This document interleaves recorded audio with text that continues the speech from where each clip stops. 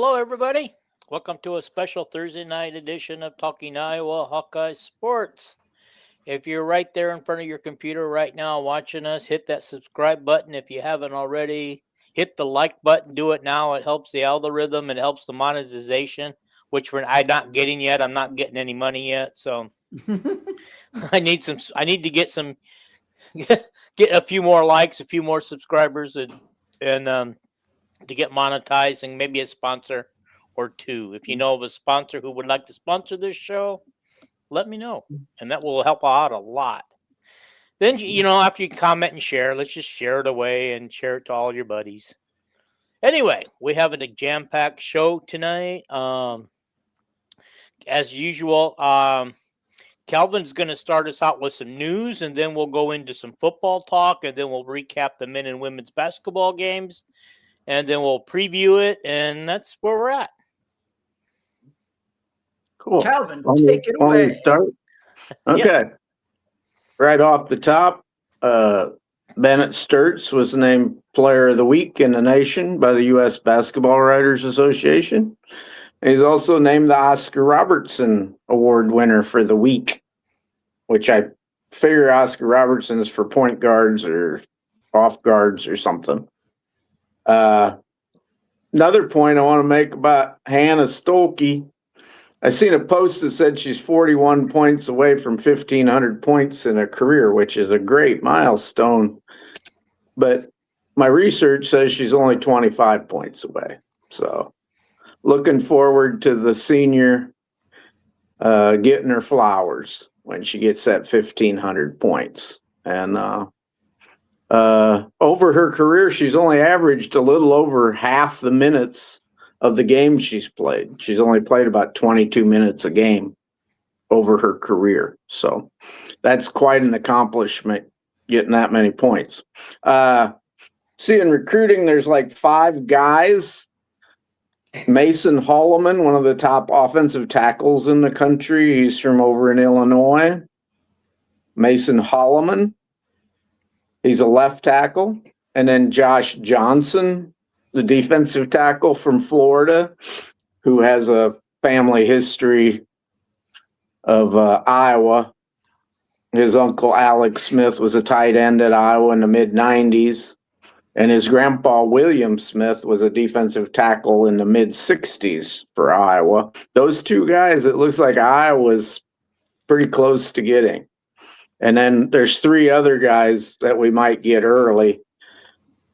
Tommy Reardon, the brother of the Reardon that committed this year. He's a defensive tackle from the Chicago area.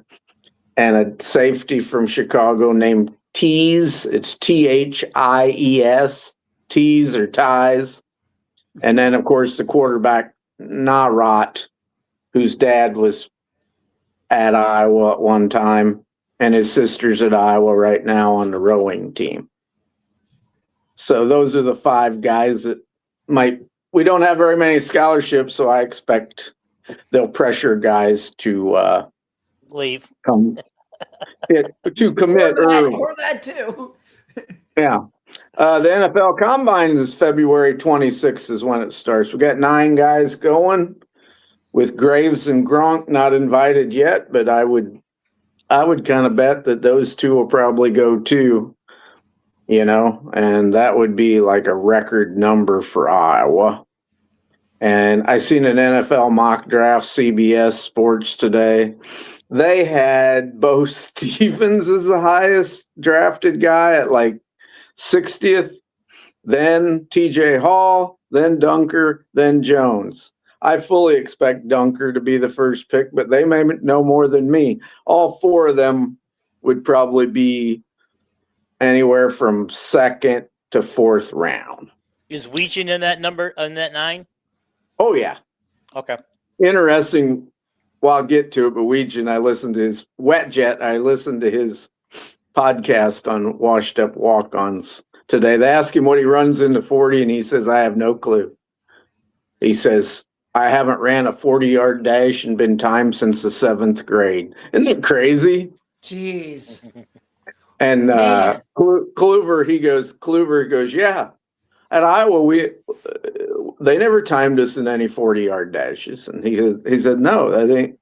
He said, we condition and we lift weights and we do short speed things. But anyway,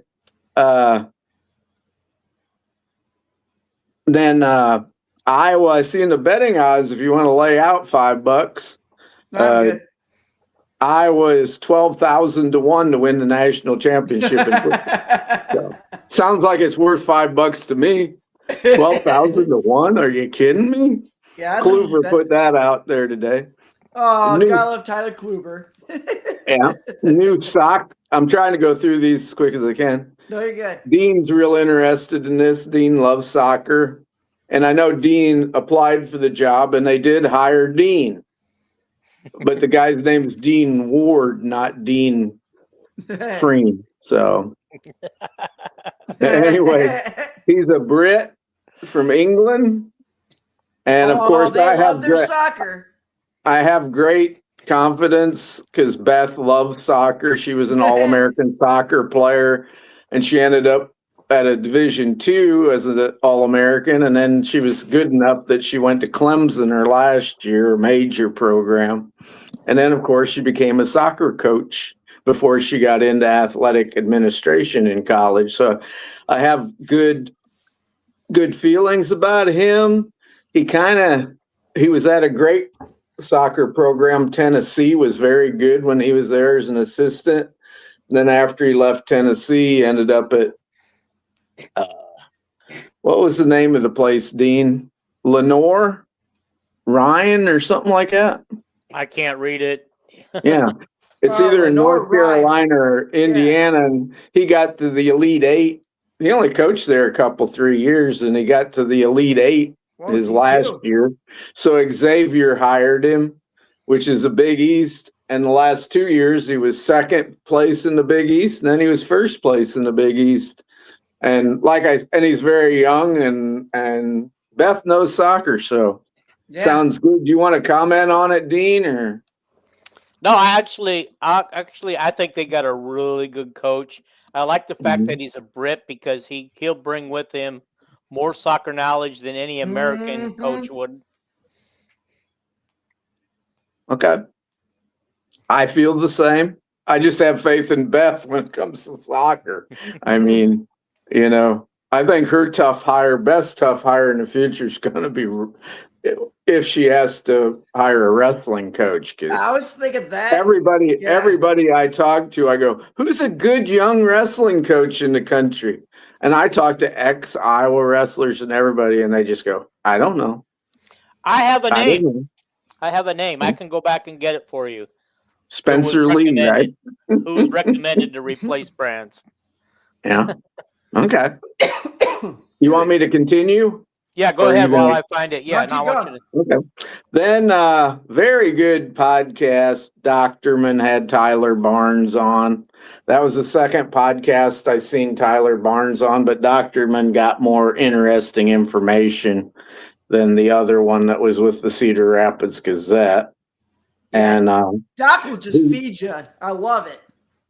Well, Doctorman has a great football mind. Yes, he's very interested in it. And anyway, the biggest information I thought was really cool was that when a guy visits Iowa, Tyler Barnes will call up the other schools that are talking to him and ask them, what kind of money are you offering him? Because he says he's getting offered $1.5 million, and then the other schools say, hell, we ain't offering anything like that.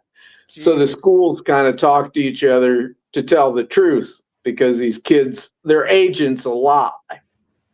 And Barnes said last year that he talked to a Zoom call with Ohio State and Michigan, and I know who the hell he was talking about. That big left tackle from Rice that got $1.5 million or something. He said he had a Zoom call about him, and I sure am glad that Iowa didn't pay the money for him because he didn't even start for Ohio State this year.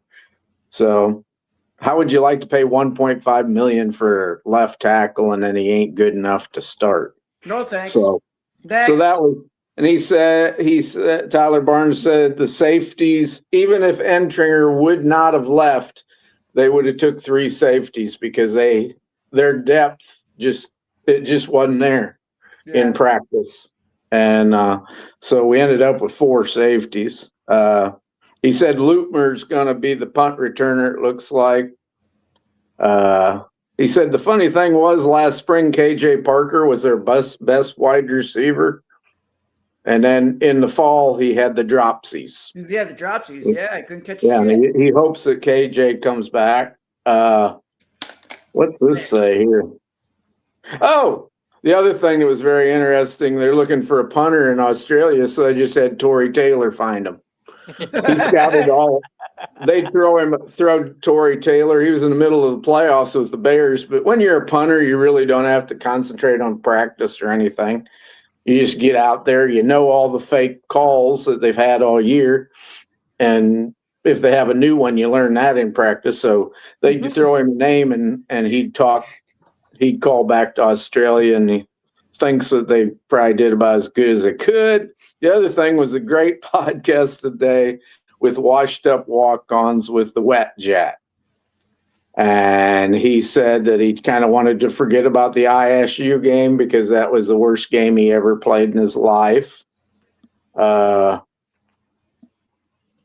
he said that it's hard with the modern special teams and the punters. Him and Kluver agreed that it's much harder to be a good punt returner than it used to be, like when with these Aussie punters and all these fancy new coverages where when Tim Dwight played, there was 2 gunners, one on each side of the ball. Yep. He said when they played Nebraska and Oregon and USC this year, all 3 of those teams used 5 gunners. And, you know, those were the games that Wetjen got pretty shut down. No 40-yard dash for him. He said coming out of high school, Iowa wanted him to walk on and he wanted a scholarship. But he said Iowa was and by the way, Wetjen's dad was the coach at Williamsburg. Mm-hmm. Yep. Won the state championship, and now this year Austin Blythe was in his first year. I didn't know Wetjen's dad was a coach. But anyway, he said Iowa recruited him, but he wanted to go to JUCO because Iowa was honest with him that they had DeJean and they had DeJean on the team and this guy on the team, and he probably wasn't going to get any reps for a year returning anything. So he went to junior college and actually played. And then Kluver says, well, who recruited you? Woods? And he goes, oh, he said Wallace. Wallace was the one that was contacting him. And then he said Woods come and met him in a parking lot at 11:30 at night in a car. Which Weechin said it was kind of like, it looked like we were having a drug deal or something. But he said Woods called him and said, hey, I'm running late. It's going to be 11:30 at night. Come out to the parking lot and we'll talk a bit. So that definitely sounds like a drug deal. Yeah. But anyway, he loves Wallace. He loves Wallace and he loves Woods. He said he didn't blame Woods for leaving. This is Wet Jet's words, not mine. He says it's pretty obvious in the building that Wallace is the heir apparent like that.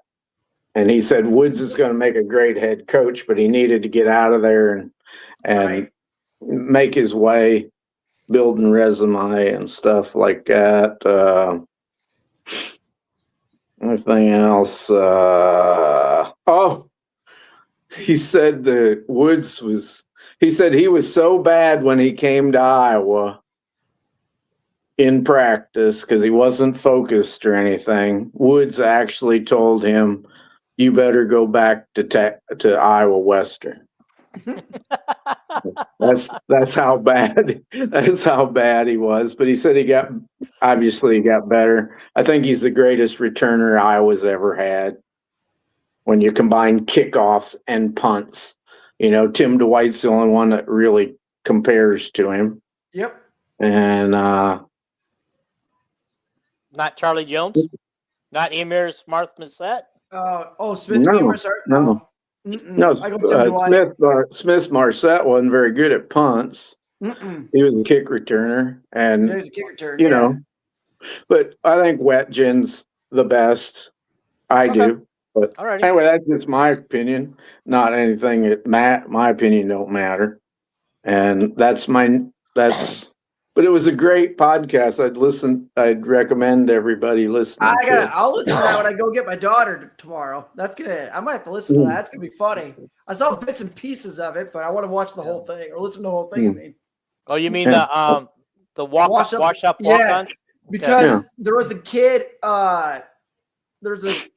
whoever's from Muscatine was on there quite a few times. I don't know if he's still on there or No, not. Drake Coolidge.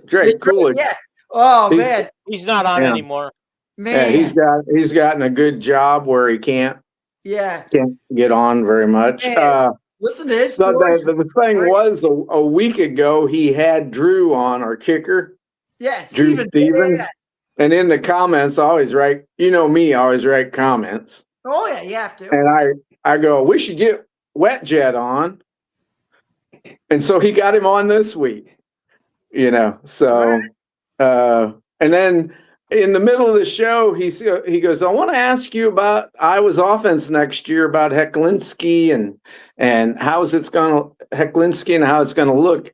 And then Kluver forgot to get back to that at the end of the show, which I wanted to hear that. So did I. I wanted to comment. I thought maybe he'd comment on the wide receiver coach, quarterback coach, how the wide receivers look, these quarterbacks, and see if he'd let any secrets out. But that didn't happen. Right. That's the end of my news. Do you want me to do the defensive line tonight, Dean? Yes, but don't do it just yet. Okay. Okay. The person I was discussing with on the down low, the behind the scenes of what's going on at the Iowa wrestling, said that Iowa should go after a guy named Kyle Dake. He's currently training in State College for the 2028 Olympics.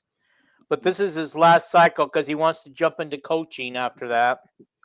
Mm-hmm. But if Dake isn't interested, because Iowa would have to wait 2 years for him, then they would say go after Coleman Scott, another young guy interested. A lot of people want Schwab, but my understanding is there's a lot of bad blood between the brands Iowa and Schwab. I wouldn't.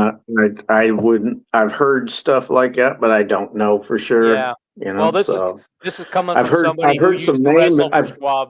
Some of these.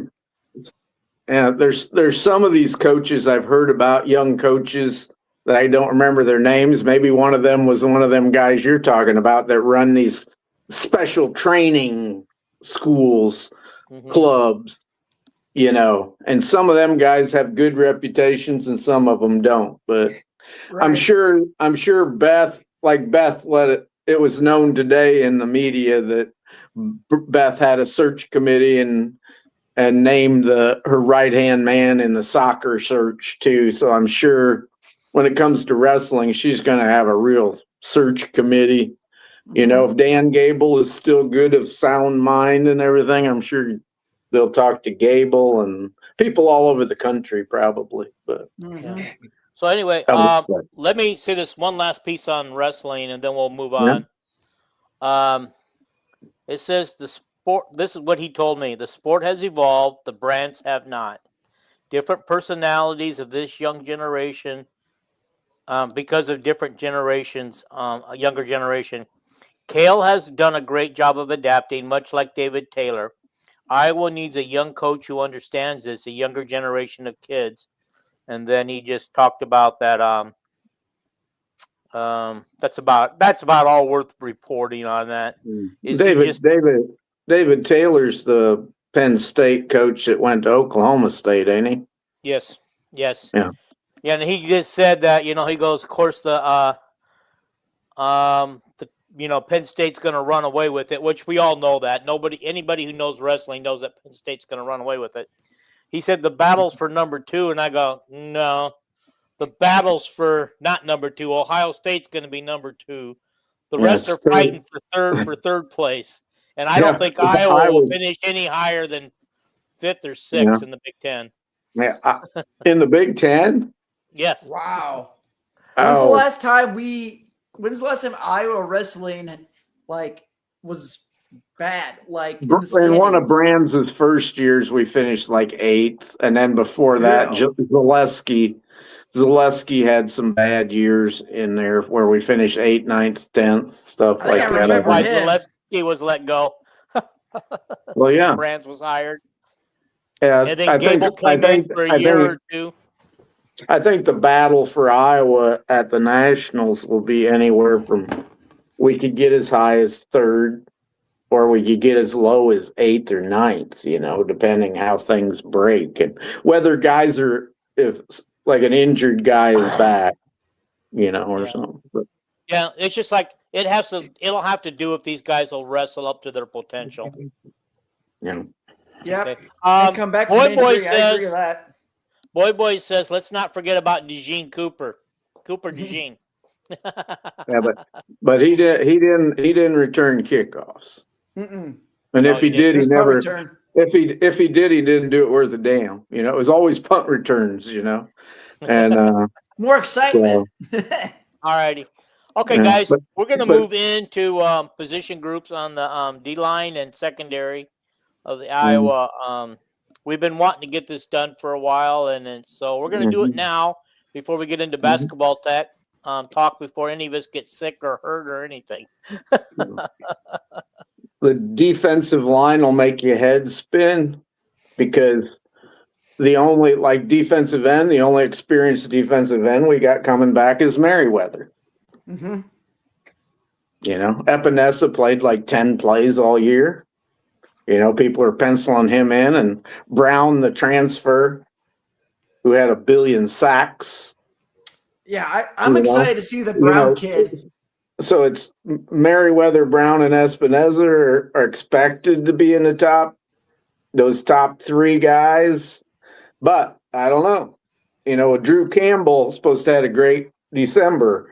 He was injured the first half of fall practice. And then Chimike and Anderson and a transfer named Ingold, who can play about any place. Those are your other guys. But I would expect Merriweather and Brown and Espinoza to be those 3 guys, and then them other guys. I'm picking Campbell because I heard good things about him in December, but and then the walk-on named Faison, I love him. He's a true freshman out of Prairie. He's just a freaky athlete. I would love it if he would spring up, but we'll find out in spring ball, right, Dean? Yes. We'll see him. We'll see. I mean, that's why I said I wish I could be back there for spring ball. I mean, I really do, because I want to see with my own eyes. But, Kyle, if you're going to go to the spring ball game, you're going to be our eyes there and our reporter. Yeah, I might have to do that.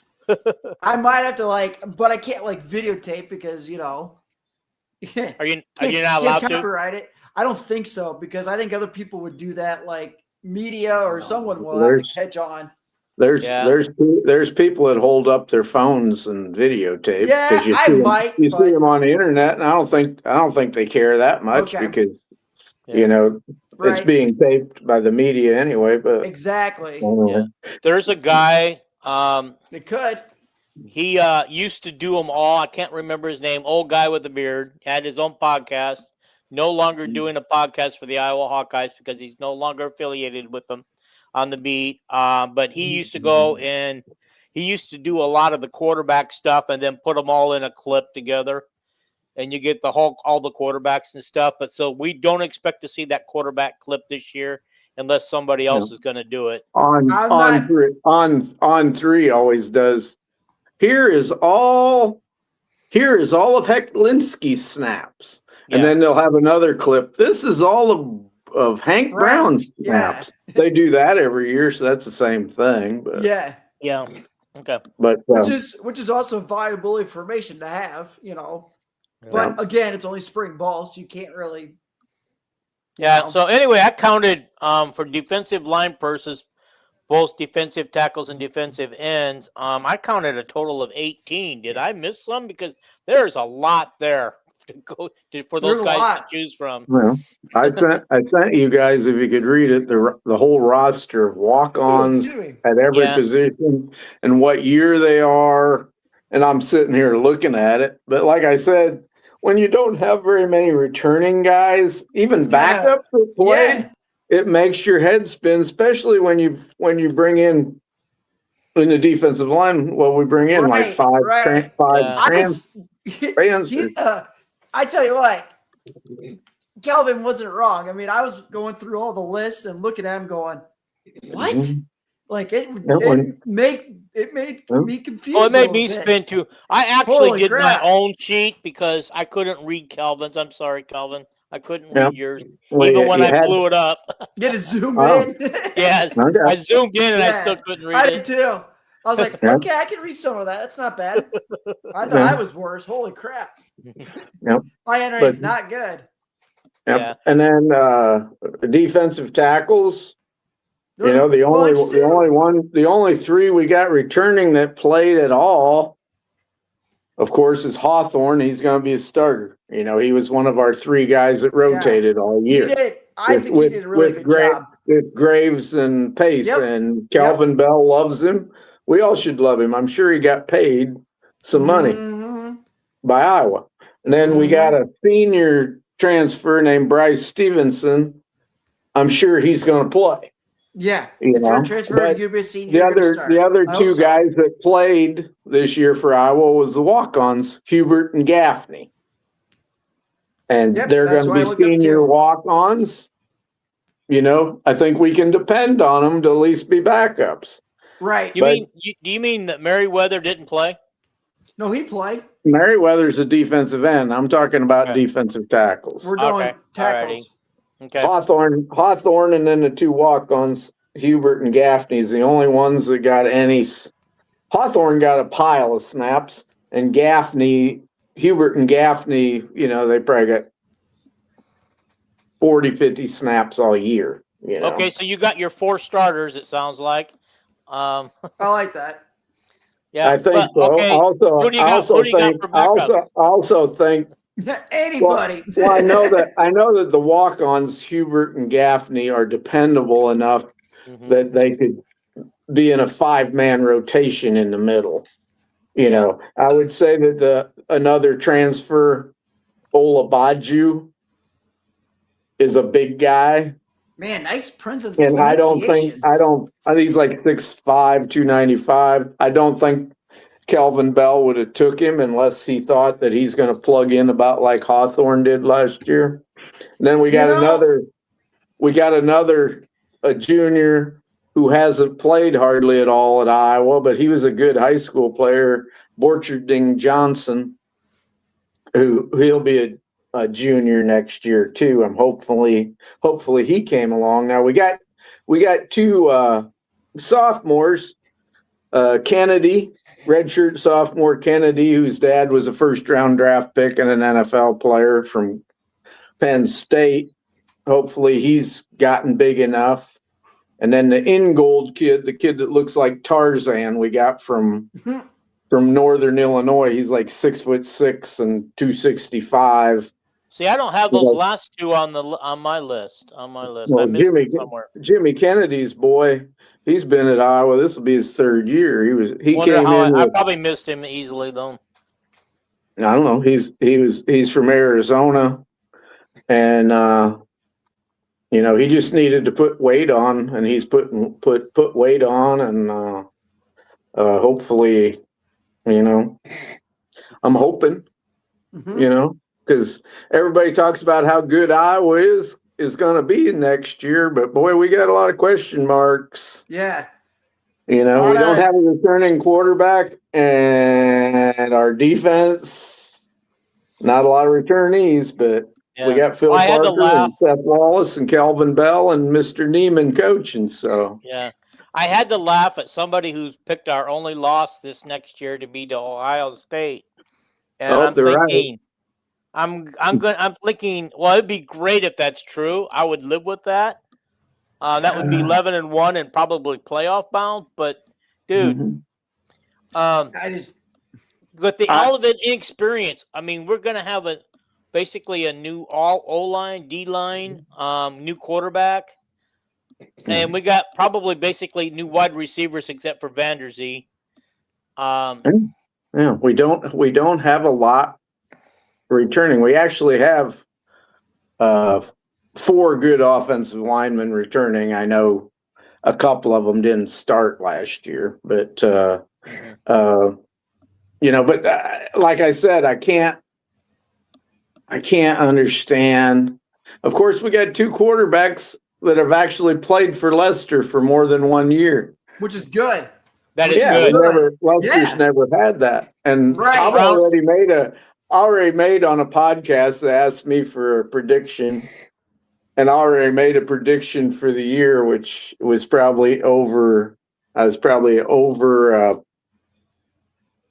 positive for Kelvin Fisher, because I said, okay, I'll give you a record. And he goes, what is it? And I go 11-3. He goes, well, did they go 10-3 and win a bowl game, or did they go 11-2 and lose in the playoff? And I go, well, that's a secret.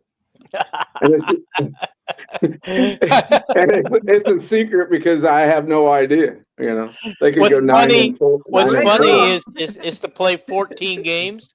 They would have to be in the Big Ten title game and at least one playoff game or a bowl game. Okay. So your secret is they win 11-2 and lost their playoff game. I'll have to 11-1 in the regular season, won the Big Ten title, went to the playoffs and lost their first game. Yeah. No, my guess was actually 10-3. Oh, okay. All right. I'm sorry. So it was 10-3. It's like last year I said to Dean that remember I told you said, what's your prediction, Kelvin? And I said, did I say 9-4? Or what did I say? I don't remember. And you go, well, we only play 12 games. And I go, no, we're going to play 13. Always go with 13 at least games because Iowa always plays 13 games. Yeah, consistently. Yeah. Consistently. Okay. Boy says, if you watch the spring practice, I'm assuming he meant last year's, Gaffney pushed Hawthorne backwards probably at least 5 yards back into the end zone. Yeah. Okay. Thank you, Boy. Right. Appreciate your... Yeah. But Hawthorne played way better by fall. Yeah. Hawthorne played a lot, and I know Hawthorne got some good money to stay at Iowa, So. Yeah. So while we're on the subject of football a little bit, guys, what do you think about North Dakota State leaving the FCS and moving up to the FBS and becoming a Mountain West team next year? And they paid a lot of money to do so. Yes, they did.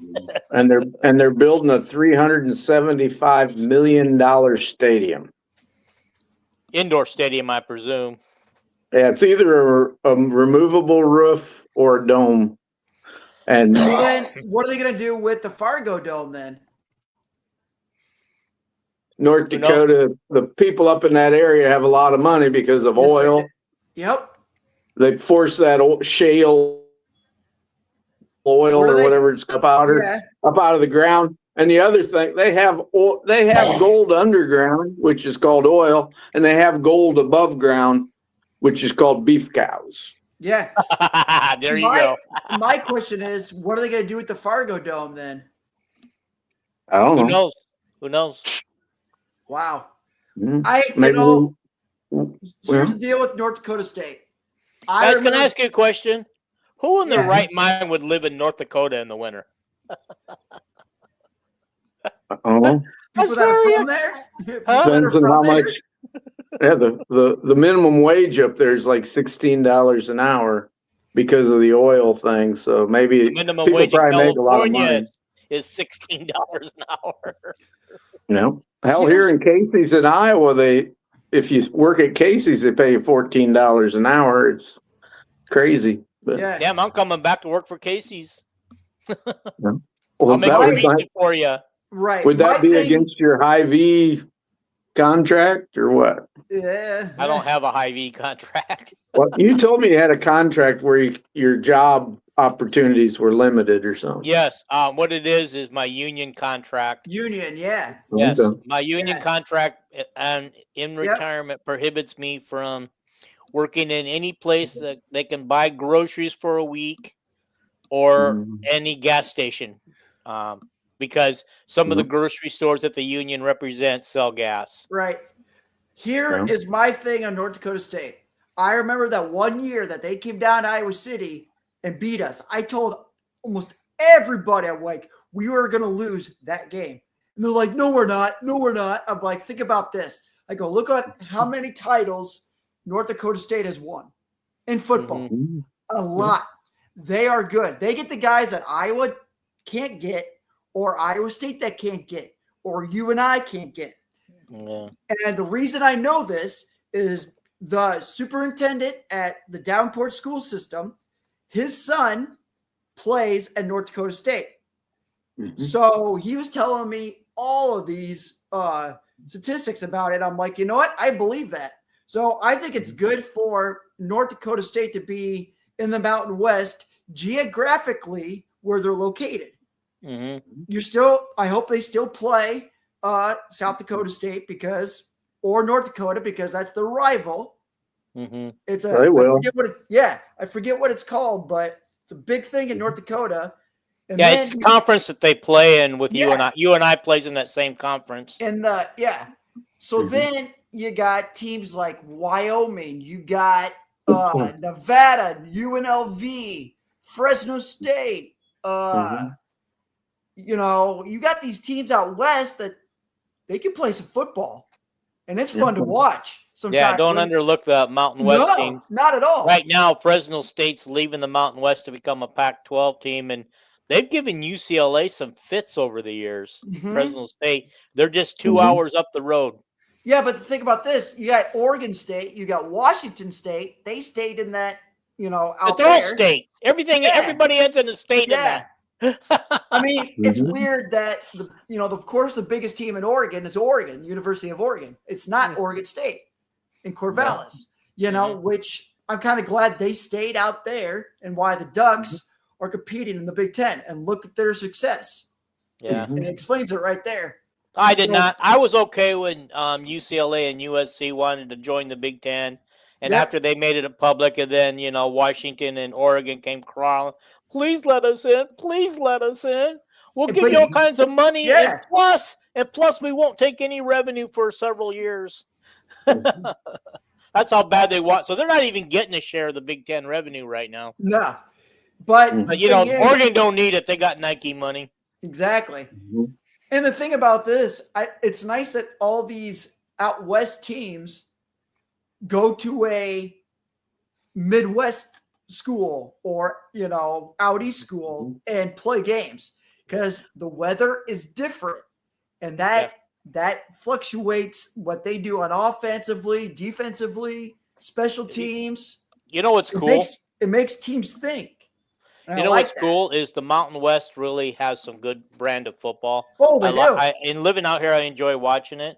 And I have the app, the Mountain West app, which is free for some reason, and I can watch all the Mountain West I want on there, whether it's football, basketball, whatever. But Wyoming, that's where Josh Allen came from. Josh Allen's senior year, his first career senior loss was at Iowa. Yeah, So, wasn't he an FCS school? Wyoming and FCS. Well, that was Montana. Never mind. Montana and Montana State, I think, are jumping ship too. I think they were a WAC team or something. Yeah. Back then, like but I tell Josh Allen didn't have any other talent on that team. No, he didn't. Pretty much him. So. He beat us pretty good. I think he had over 200 yards passing. I don't remember him. I don't remember him doing much. Yeah, I remember gotta tell you guys, kicking their rear end. But. I was at that game that me and my grandson, that North Dakota State beat us at Kennick. I knew it. And I told you I was really impressed with this coach. He come out of UNI. He come out of Columbus with Waterloo, as coach up there, and now I think he's at Kansas State, right, or Kansas, one of the two. Lyman. Klieman, yeah. Okay, Kansas. I'm not Kansas, so impressed on him now that he proved that he's not doing as good. But I when I listened to the after radio interviews, the post game on our way home, I just love what he said. He said, "I knew we could beat Iowa. I knew we would." He goes, "I had no doubt in my mind that we were going to come in here and beat them. We weren't scared of them. We had a game plan. We knew what their game plan was, and we neutralized them." And he's not wrong. He's not wrong. I forgot who the quarterback was we had at the time. Nate Stanley? No, it was Beathard senior year. Oh, yeah, Beathard. Yeah. We struggled against their defense was really good. It was a close game, like 19-18 or something. It was close all game long. Oh yeah, they kicked a field goal to win it. They kicked a field goal to win it. Yeah, and then we kicked one to try to win it, going the other way, but we missed badly. But I think we tried to kick it like from about 60 yards or something. Yeah, that game was fun to watch, but I knew going in, I'm like, yeah. You know what the worst part was? Is I bought these seats from my cousin, the 4 seats, and me and my grandson and friends were sitting in them. But right behind us we were right in the middle of North Dakota State people right behind us. In fact, you know how hard it is to lose and have them rubbing it in your faces as you're trying to get out of the stadium. Yeah. Mm-hmm. Okay. Well, anyway, we should probably move on. Are we done with the D-line and the secondary? We haven't done any of the secondary. Okay. But I can do it real fast. Okay, cool. Obviously, Lutmer returns as our cash guy, probably. And then it's pretty much a no-brainer. We got 4 good cornerbacks coming back. Deshaun Lee's our returning starter, and probably Jalen Watson will probably be the other one, with Jacob Wallace and Godfrey as the other 2 cornerbacks. Now, Watson also plays cash, so if Lutmer somehow if they're not happy with these new safeties they transferred in, Lutmer could move back to safety and Watson start at cash. But those are the guys that are going to play up front probably. As the safeties, just the way Tyler Barnes talked, Tyler Brown's our top transfer safety, and Barnes commented that, boy, he's looked good in the building the first 2 weeks he's been here, training with the weight staff, and they're testing him for jumping and speed and all that stuff. So I'd expect Tyler Brown, and then you got 2 other transfers, Hawkins, who's kind of a stretchy 6'3" guy that plays like Entringer, but he's taller. Hawkins and Styles will probably be your other safeties, we think. Now that we got 3 true freshmen who are really, really good, and they're all going to play up front. Marcello Vitti will probably be a Lutmer backup. Marcello. And then Darian Jones from Omaha is one of our top recruits. He's a great player. But will Phil play any true freshman? And then Ronnie Hill's my sleeper in camp. He made 8 interceptions in the high school camp at Iowa, which blew away the record. And he's very good. The other guys, Haddad, the transfer from Ohio State, who's kind of a combination guy. He reminds you of Lutmer. He's about that size and a very good athlete, but that's what I would see. Guys like Moda and Tegan Davis have just been injured all the time. And I think if they were impressing, they wouldn't have took all these safeties. So that's a quick rundown of the secondary. You guys can comment if you want to. Oh, actually, when you were talking about the cornerbacks, the 4 that you picked were the exact 4 that I put a check mark next to that I thought would be our top 4 players. As far as Cody Haddad, we haven't really seen anything what he can do, and obviously at Ohio State he didn't do anything there. He was but a true but he, freshman at Ohio State last yeah, year. So yeah. But I mean, obviously, at a school like Ohio State, you got to wait your turn. You don't get to walk in as a freshman and do your stuff unless you're like a special person. yeah, especially when Ohio State's two safeties are supposed to go in. Mhm. The one safety is supposed to be one of the first 5 guys picked in the Yep, saw draft, that and this afternoon. the other guy's like a late first round or in the second round. So Yeah, no he's true good. freshman's going to play there. So Mm-hmm. Yeah. anyway, Alrighty. You guys got, anything else on that? I mean, No, I I'm got good. my notes down here, but this is what I went through and went all through all the DBs, and I didn't pick out. I just picked out the 4 cornerbacks that I thought would be cornerbacks. But Lutmer's a safety, isn't he? he plays cash, but he could play safety. If these safeties that we got to transferred in didn't work out, you could see him being moved back there. Godfrey is such a big hitter. Our backup cornerback. He's the one that put 2 Nebraska guys into dreamland.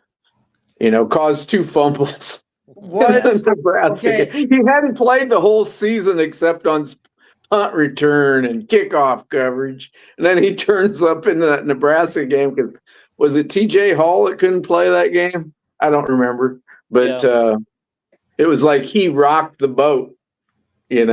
Caused the fumble on the goal line. He knocked that quarterback into another county.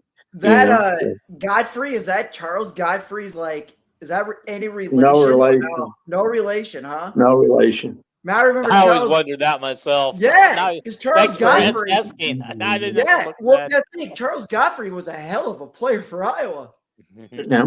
He was a hard hitter too. Yeah. So what about Jalen Watson? Did we talk about him? Did I miss it? I said he's a presumed starter, Freddie Russell's nephew. But I said if they move Lutmer, Watson last year was the backup cash. Yeah. And backup cornerback. But you never know who's going to surprise. Last year, nobody thought of Jacob Wallace, the true freshman, before the season started. And at the end of the season, when we needed a backup cornerback, when Hall got hurt, Wallace was the guy that Parker stuck in there, and boy, did he play good. It was ridiculous how good he played. So, all righty. Okay, so if you guys are ready, let's move on to the 2 basketball games last night. I guess we'll just start with the men because they were on first and got over with first. But did you guys notice that the women had completed an entire half of basketball before the men even got started? They were still playing, but I think of all those long reviews last night. Oh my gosh. All the long reviews that they had. That was just horrible. And then the one long review, they didn't even get it right. They said Sturtz's ball didn't hit the rim, and it obviously hit the rim. I know. How did they miss that? Did they not get the one where it was looking down on top? Because on top, it clearly bounced off the rim. You can see it hit the rim because it had and it projected a little bit different. Yeah, those were the worst refs, but I'm not going to blame the loss on the refs. But we'll just blame it on what it was: bad rebounding, poor shooting.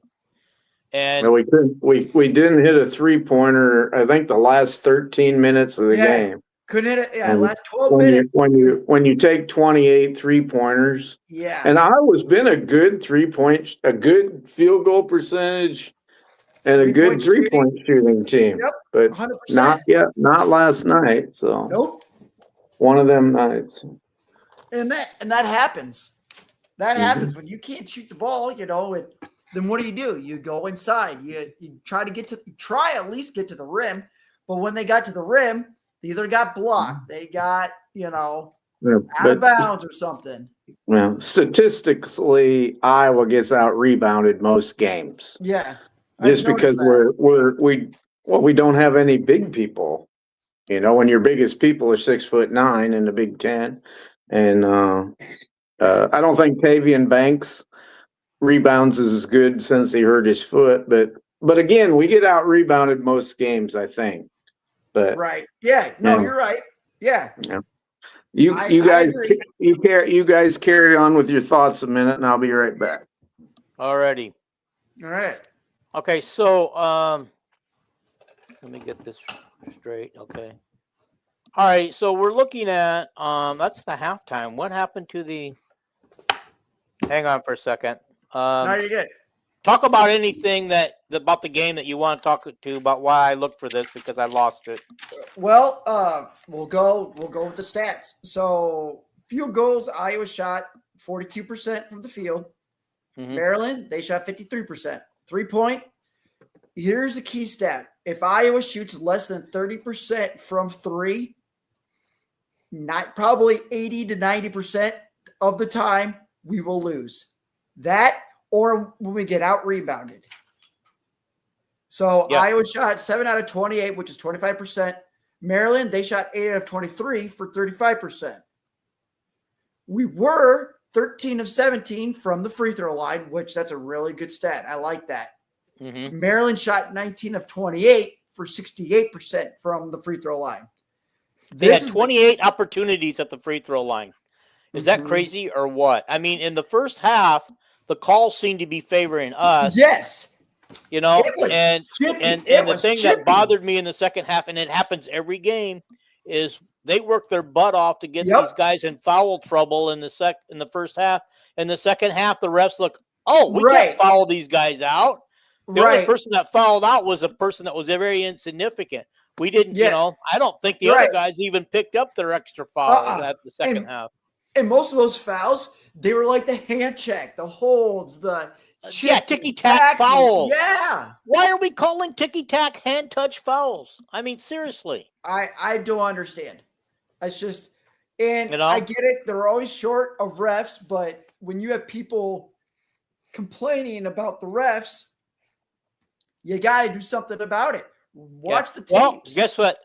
Brad Underwood in his after their loss to Wisconsin. I heard that. That was awesome. That was like Brad Underwood went off and said he sent several plays to the Big Ten office to be reviewed. And he said one guy who hadn't reffed a game in 2 years in the Big Ten was reffing his game. Yeah. You know? With Brad Underwood, I just like the way he says stuff. Like he says it directly to the point. Yeah. He'll probably gladly write his check for the 100%. his fine for saying what he said last night. Now, would McCollum do it? Probably not. Now, no, not now. He's new boy in town. Right. But would Fran do it? Oh, 100%. You know Fran McCaffrey would have done that. Although he doesn't say, he always says it in a way that it doesn't get him in trouble. Fran. Well, when that jacket comes off, when he was coaching, when that jacket comes off, you knew something was up. Now, with McCollum, I'm starting to notice he unties the tie just a little, not a lot, but just a little when things aren't going his way. I don't know if you guys have saw it, but I've seen it. He's still trying to figure out the Big Ten officiating. Yeah. And I like how he just goes over. He doesn't jump on the officiating, but he kind of walks. He just kind of smiles at him while he's pleading his case.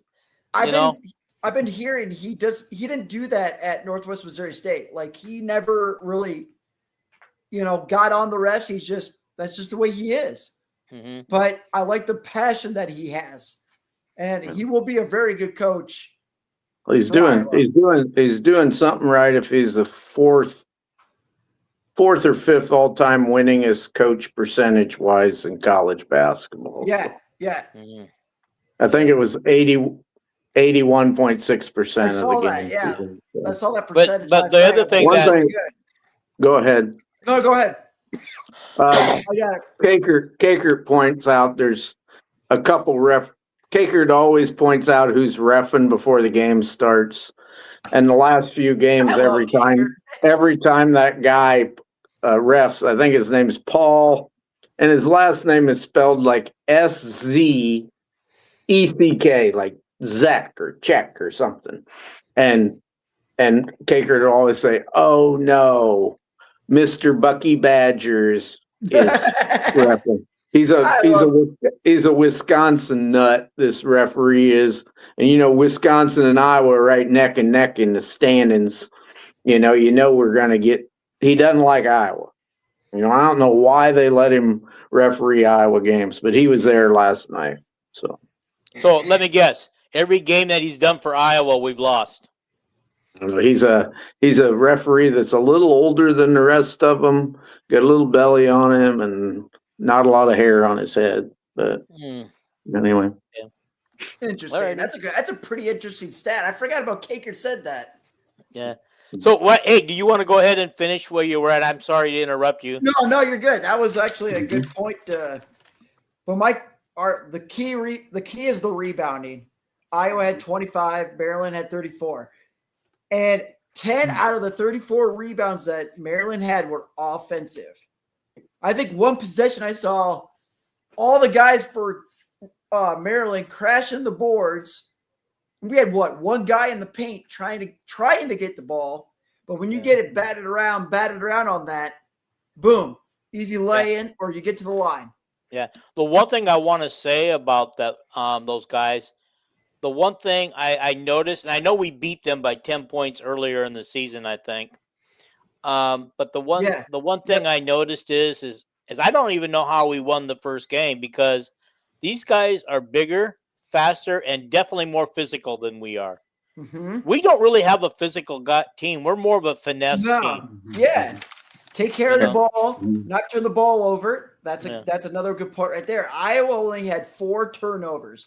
Usually, if Iowa has less than probably at least 9 to 10 turnovers a game, you usually win those games. Yeah, but you have to. The thing is they didn't take advantage of those turnovers, and right, and they didn't, and they couldn't shoot. I mean, it was pretty much, I mean, Iowa had 9 points off of turnovers, which, I mean, yeah, I'll take that. But I like the fast break. Iowa had 15 fast break points to Maryland's 4. Yes, they were bigger, they were stronger, and they were more physical, but we were more quicker to the other end of the floor and converting with those 15 points. Well, yeah, on those fast break points too is Iowa needs to do more of that. Did you notice that a couple times they had a fast break opportunity, and rather than going in for the shot, which they had, they went back out with the ball and made it more difficult for themselves and let the defense catch up? As a point guard, and Sturts knows this. I mean, that's why he's, player of the week, every other week, He knows when to slow it down. He knows when to back it up, but he knows when, okay, screw it, I'm going to the lane. And he's got a couple quick steps, and he's to the lane. He's either laying in, he's going to lay it in, reverse layup, he's going to get to the line, or he's going to knock down a 3 in transition. Yeah. So we know what. Yeah. I was just going to say, too, the other thing that was visibly noticed last night is the scout must have told them to lay off some of the shooters at the 3-point line, because did you notice they intentionally backed away from guys and let them shoot? They didn't even come out on them. Right. And there was at least 2 instances I can think where we didn't even come out on them. We just stood back there and let them shoot, and they made them both. And I was telling my wife, who was watching the game, I go, apparently the scout says that you can let these guys shoot. But the thing is, when Maryland shot, they crashed the boards. We stood around. And when I noticed that, and I noticed that, helping out, in high school, I call it ball watching. When you're watching the ball just going like this, and you're not physically going after the rebound or going after a loose ball, that's ball watching. Yeah. I don't like that. And I know coaches hate that. They want I agree. Yeah. And they want the effort. They want them to physically go get the ball, go get the rebound, not just let it come to you. It's in football, go get the ball. Like if you're a wide receiver, go up for it. Go get it with both hands. It's the same concept. I don't think that we can hardly watch one Big Ten team game this year where the Iowa men show up and have a better roster than the other team. Mm-hmm. I mean, Maryland has so many athletes and everything, and we're winning on great defense, effort, and coaching. You know, and Brendan Sturts is a NBA player. Yep. You know, it's Bennett. I hope. What did I say? Brendan. Did I say Brandon? Brandon Sturts. I'll Okay. wait with it. Yeah, but anyway, hopefully Ben in years to come. I know it's hard to replace our point guard, but hopefully he'll have a Big Ten roster. You know, Right. Which right. I think He'll get there. He'll get 10. there. You know, what did he win 6-7 games in a row before last night with that roster? You know? Yeah. I think This was supposed to be set win number 7 before we got into the meat of the schedule. Yeah. But you. it's one of them aberrational games where we didn't hit a 3-pointer the last 13 minutes and then we lose a close game. But it's is what it is, I guess. Right. Now, now coming up, you got Purdue, and that's a first sellout. You know, we haven't had a sellout at Carver in quite some time for men, which is nice. You know. Yeah. So Tom Kakert mentioned on the Randazzo podcast this morning. He says, "I sure am glad that Purdue didn't blow that lead to Nebraska because Purdue, who has a way better roster than we do, and their coach Painter's as good a coach as there is in the Big Ten. Well respected guy. I like him. He said Purdue would have come in mad, and it would probably hurt our chances to compete, but." Well, I got a question for you guys on the Purdue game. Okay. Go ahead. Okay. We should have probably won that Purdue game. We led most of the game. At Purdue. Yeah, we were up by 12 or 13 points. Yeah. Okay. Now, Bennett Sturts mentioned in his post-game interview that they know they can hang with Purdue, so they're ready for them. They're going to get ready for them. But also, too, Purdue, think about this. They're thinking, we almost let them beat us. You know, do they come out and they play as hard as they've ever played before? I mean, they got these 7-footers on there, and I have no idea where he finds these 7-footers. He must be scouring the world for 7-footers. The only school that consistently gets 7-footers. Yeah, he's not wrong. But but this is a team that scores 83 points a game, and they only give up 69. Yeah, but if I remember right, it was a low-scoring game, wasn't it, between Iowa and Purdue before? I don't remember. I don't remember either. But, I'll look it up. You guys keep going. Okay. I'll look Alrighty. it up. You know, and of course, we get Purdue twice on the schedule. We get Nebraska of all years, their best year, twice on the schedule. I mean, seriously, do we have to? Yeah, I think Purdue's a lot better team than Nebraska from what I seen the other night. But also you got to remember Purdue is the game that Coach McCollum, who doesn't make excuses, said Bennett Sturts played at like 40% tonight.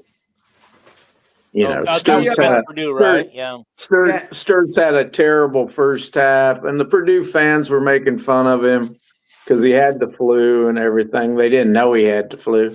I think Sturts came out. I think in the second half he scored 16 points. Was that right after we lost to Minnesota, or just before we lost to Minnesota? It was after. It was after because so at Purdue we lost 79-72. Okay. Yeah. I think hold on, and I'll click on it. I'll have to. I think we had a 9-point lead. 9-point lead. Yep. But how many minutes to go? It was in the second half. We made a run after the first half was over. Yep. And boy, was Mackey Arena silent. You know, but so let's hope Carver Hawkeye Arena is whooping up loud and cheering and don't shut up. The one thing I want to give the Maryland fans credit for last night, the student section was rowdy. Loud and rowdy, and you can hear them the entire game. I want to give Maryland credit for only having 2,500 people there. Yeah. Maryland's like a great basketball school. Yeah. And I don't know what's going on, whether people are just fed up with sports or what, but that was the most empty I ever seen that place Oh, in my for life. sure. But you would Man. never know it was that empty with how loud the students were boisterous last night. Well, yeah. They were but wearing, did you guys see that Hawaiian somebody? shirts and all kinds of stuff? Like they were going nuts. Yeah. But did you see somebody pointed out something? It was I think it was on X today. It could have been on somewhere else. I don't know. But somebody showed a picture of the empty stadium at Maryland and said Iowa should feel at home with nobody in the stands. Yeah. I could say this about that. We're getting 9,000 people, I think, on the average to our Big Ten games. So I think we're getting a few more than Maryland right now. We had 10,000 season tickets sold, but people own season tickets and then they don't show up. You know. But I can't understand why it's like the women. It's like the women's games. We haven't had a women's games where every seat was full. Mm-hmm. You know, even though we're sold out. I think it's weird, but okay. Anyway, do you guys want to see what we're up against with them? Their field goal percentage is right at 50%. They hold their opponents to 43%. They make about 30 field goals a game. 3 points attempted. They've attempted 584. But they shoot 38% from the 3-point line. They hold their opponents to 32%. They average about nine 3-pointers a game. They hold their opponents to also 9 points. So 9. So that'll bodes well for us, I think, because maybe we can get off the pot and actually hit some 3-pointers tomorrow or Saturday. How about we get to the free throw line and get to the rim? Well, I'm going to tell you right. Yeah. Do they turn the ball? Do they turn the ball over at all? Yeah, that's what I was going to get to next. I don't think so. I think they take care of the ball. I think Painter's got them well. They're a top 10 team, so they're probably pretty good. They're probably pretty good at rebounding, shooting, defense, offense. You know, they turn the ball over 10 times a game. They're forcing their opponents to 11 turnovers a game. Yeah. They steal the ball on an average of 6 times a game, but they're good. Also, their opponents are also stealing the ball from the right. I just want to know how we're going to do with all these tall people, because if I remember right, this is the tallest team in the league, and we've played them before. But I mean, we did hold our own. Yeah. But I mean, I don't know. The guys have to stay out of foul trouble, and then with those big guys, if you got a quicker guard, bring those 7-footers out to the perimeter, out by the free throw or 3-point line, make them guard them. Guards could be quicker and get around and go to the rim. You know, make them play extended. Instead of playing in their zone or in their area, bring them out to the perimeter, make them guard out there. And Sturts I agree with Kelvin. Sturts went off that game in the second half. Start of the second half, I think he made 4 or 5 in a row. Mm-hmm. I don't remember, but I think in the first half, I don't know if he had a point. I didn't think he had that many points in the first half, but second half he just went off. Mm-hmm. So he knows, Sturts knows when to take a game over. He is our leader. And I think Saturday, everybody needs to show up and be a leader. And got to help them out. Be that sixth man. The big poll they were having on 3 Swarm thread this week was, who is the greatest, Ronnie Lester or Sturts? Everybody just kind of pushed B.J. Armstrong and Fred Brown and Woolridge in the background, because we know that none of them were as good as Ronnie Lester as far as defense, rebounding, shooting, handling the ball both hands. Yeah. First of all, Bobby Hansen. Woolridge was totally a right-handed. He always went right. He could only dribble with his right hand. B.J. Armstrong couldn't guard anybody if his leg. So the question pretty much boiled down to Sturts or Lester. You know, so. Well, here's what it is Lester. when Bobby Hansen was asked this question on the show, the Dolph show with God, McCollum, Bobby Hansen was also on the show, and he was asked that question, and he said that Ronnie Lester, hands down, was the best point guard anywhere, anytime. That nobody came close to him. That was my answer on the thread. You know that. Lester, I take Lester 100%. Sturts is number 2. Yeah, that makes sense. Yeah, that makes sense. I agree on that one. Okay, so Purdue is really balanced in scoring. Their top dog is Braden Smith, with 15 points a game. He's a stud. Yeah, they got a guy with 14 points a game, 12 points a game, 11 points a game, and then they got 2 guys with 8 and 7. Yeah, that Ren guy that plays for Purdue, he had 4 fouls in that Iowa game, Purdue game. Ren? I hope he has 5. I hope he has 5 this week. I second that. Get him out first, then go after their. Is he their 7-footer? Is he their 7-footer? Close to it. He's close to it. I just hope all their guys foul out because I love my Hawkeyes. Yeah, I agree. Kaker said this morning he's going Iowa too. He has that gut feeling, and when when his gut's telling him go with Iowa. Yeah, I don't know if we're gonna win or not, but I'm just praying. So. Yeah.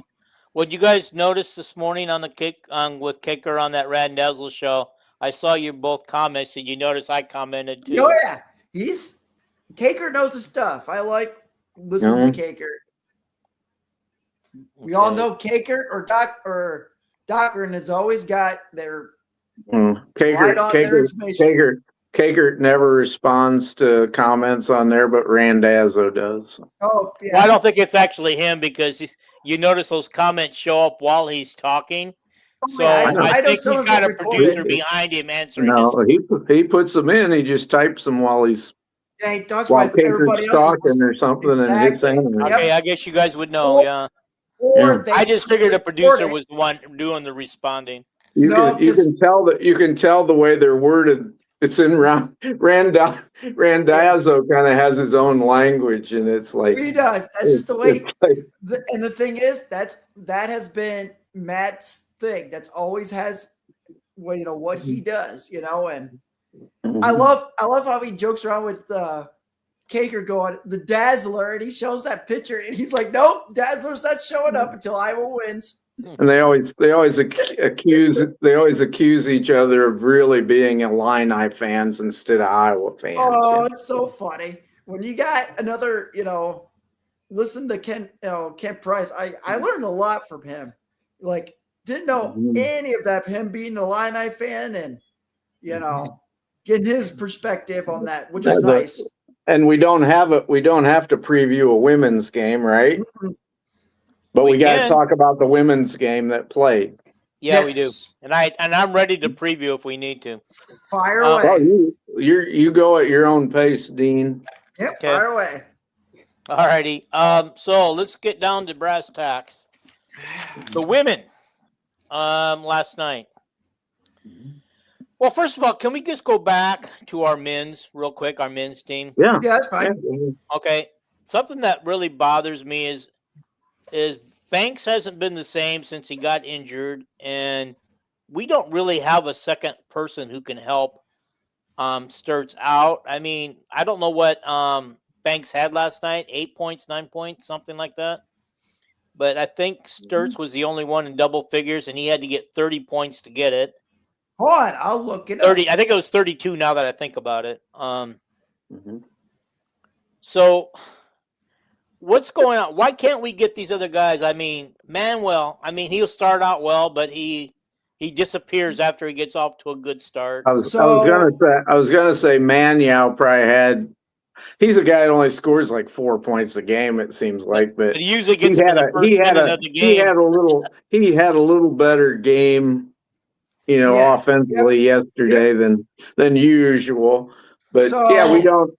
Tate Sage was a guy that always popped up, and Howard Yep. isn't your favorite player named Howard, and Yes. and Combs is the guy that takes the ball handling, helps Sturts handle the ball, Right. bringing it up court and everything. But Koch is the hot guy that can get hot, and he Yep. just got cold as hell in the second half. Yeah. So Well, everybody got cold except for Sturts. So here's Banks' numbers: 36 minutes, 13 points, 8 rebounds, 2 assists, 4 from 8 from the floor, 5 from 7 from the free throw line. Didn't make a 3-point shot. Turned the ball over once, and he had 2 personal fouls, 3 offensive boards. So Okay, so pretty much that's what we'd Consistent. expect out of him. So I wouldn't lay on him. But what about some of the other guys? What do their numbers look like? Did they even score? Howard did not have any points. He had 1 assist. What's going on with him lately? He's not performing lately. Confidence. It all starts right here, and everybody knows that. It starts with your confidence. Maybe he'll hit every shot against Purdue or something. We're hoping. So yeah, sometimes shots not falling. Keep shooting the ball. Good coaches always tell their players, like I've always repeated this: is keep shooting the ball. Keep shooting the ball. Vulgaris had no points.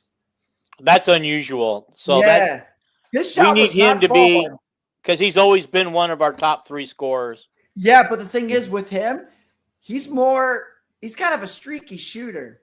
He is.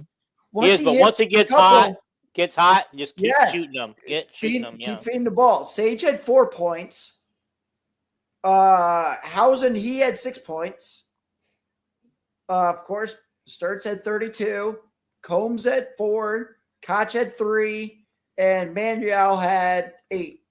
Yeah, see, I would like to see all the starters somehow contribute into the double figures. Yes, if we had at least 4 guys, double figures each game, our record would say different.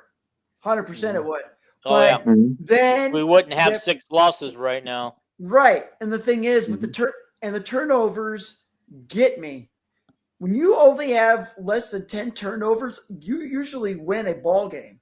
It pretty much told you that we couldn't hit a shot. Nope, not for the last 12 minutes. We couldn't hit a 3. Yeah, so. Kagan said that today, and I was like, wow, that is crazy stat. I think that was the most important stat. Look at, let me see if I can get my sheets of paper here in order.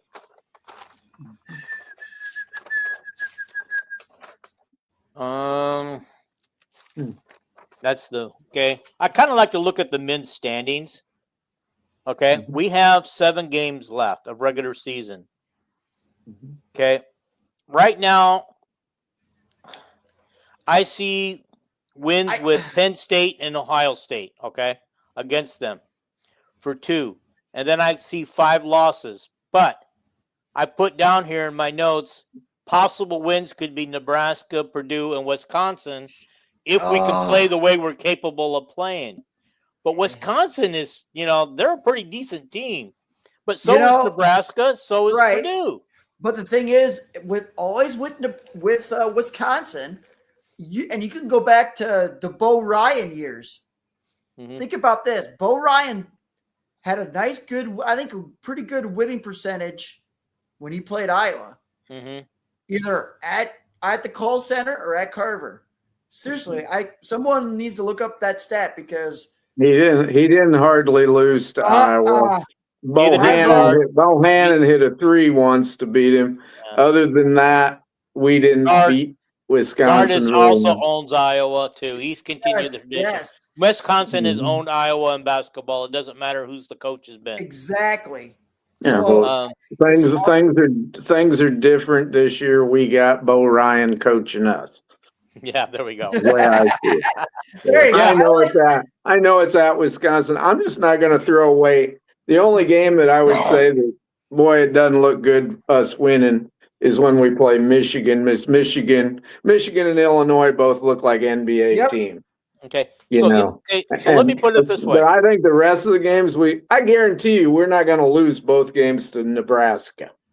I hope you're right. We got a lot better coach, defensive coach. Right. We got a lot better defensive coach in Iowa City than they got at Lincoln.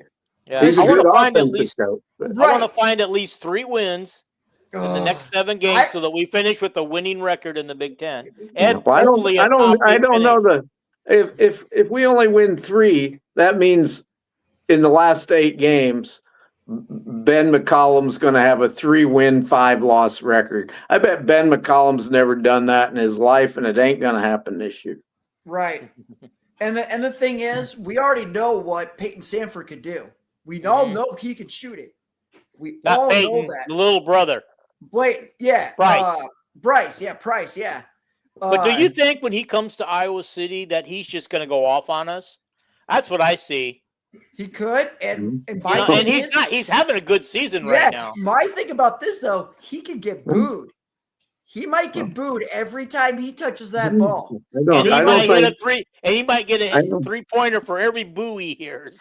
Yeah.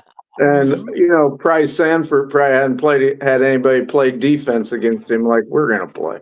Right. I don't think the crowd's going to have nothing to do with it. Price is a pure shooter. He is pure shooter. And he's also a streaky shooter.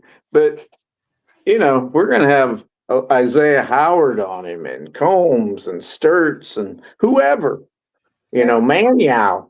We got defensive players. That's one thing. We're one of the best defensive teams in the country. Yes, I agree. Yeah. So anyway, when I was looking at it, Iowa's number 8. They want to finish at least 8th place in the Big Ten standings because that gives them at least a single bye. Yeah. Okay, so out of their last 7 games, they're tied with Ohio State. They trail Wisconsin. They trail Nebraska, and we got 2 games with them coming up. We trail Purdue, and we trail Michigan. We have only 2 games for anybody lower than us in the standings. Actually, I'm sorry. 1 game lower than us in the standings. I didn't mean that. That's good. We can beat the teams that are slightly ahead of us and pass them. Right. And the thing is, look what I remember that one game we beat Michigan State. Michigan State came into Carver on a Monday night, shot horrible from the field, but I guess our defense that game showed up and we made plays that we needed to and won the game. So anybody is beatable on any given day. All righty. We found that out when we played Maryland. Yep. Yeah. All right, let's kind of move into the women now. But before we really get into the game, there was a person that posted this Hawkeye Hotwire or something, making us think that there's more news update about Emily Rodriguez. And I just wanted to point out that status quo, still dealing with her back injuries, according to Jan. I don't think Jan sees her playing the rest of the year. Jan won't say it because I don't think, she wants that out there yet. But somebody finally asked Jan the question, and she said she's dealing with a back injury and it's ongoing, and so. Yeah. Do you know how much? That's the whole story. Right. We know. Do you know how much they paid her to come to Iowa, or no? Because I have no idea. Have no idea. Right. Yeah, but the thing is, for everybody to say that this year. Yeah. But for everybody to say that she's unhappy, if you watch on TV, she's right there with the team, always smiling, always cheering. Yep. She's doing everything that you would expect a teammate to do. Well, I remember like a couple months ago, everybody was saying that she wasn't, she might transfer, she might sit out, she's not getting recognized. And now we actually know she's dealing with a back injury that, no one didn't want to come out and say it. And I'm kind of glad someone did. Well, it's been kind of that way for a while, We've heard a lot of conjecture. The rumors. Yeah, which I don't comment on stuff I don't know, so I don't know. Yep, exactly. So I'm glad I'm just, someone I'm just answered the gonna, question. I'm just gonna float along with what Jan says Yep, Right. and what the injury report says. I'm just along for the ride. So, guys, let's talk a little bit about the game. I mean, I never doubted that they would win this game, although they were struggling, and that kept Washington in the game and everything. We want to give props to Hannah and her 16 rebounds and 14 points last night.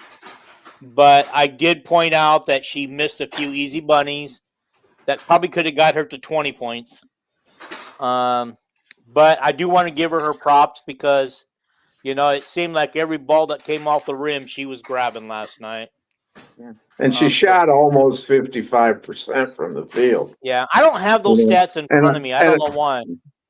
Anyway, she shot 54% because she was 6 out of 11, I think. Yep. 14 points, 16 rebounds, 6 out of 11, 54%, and only had 2 turnovers. I'm good at math. 11 goes into 100 about 9 times. 9 times 6 is 50.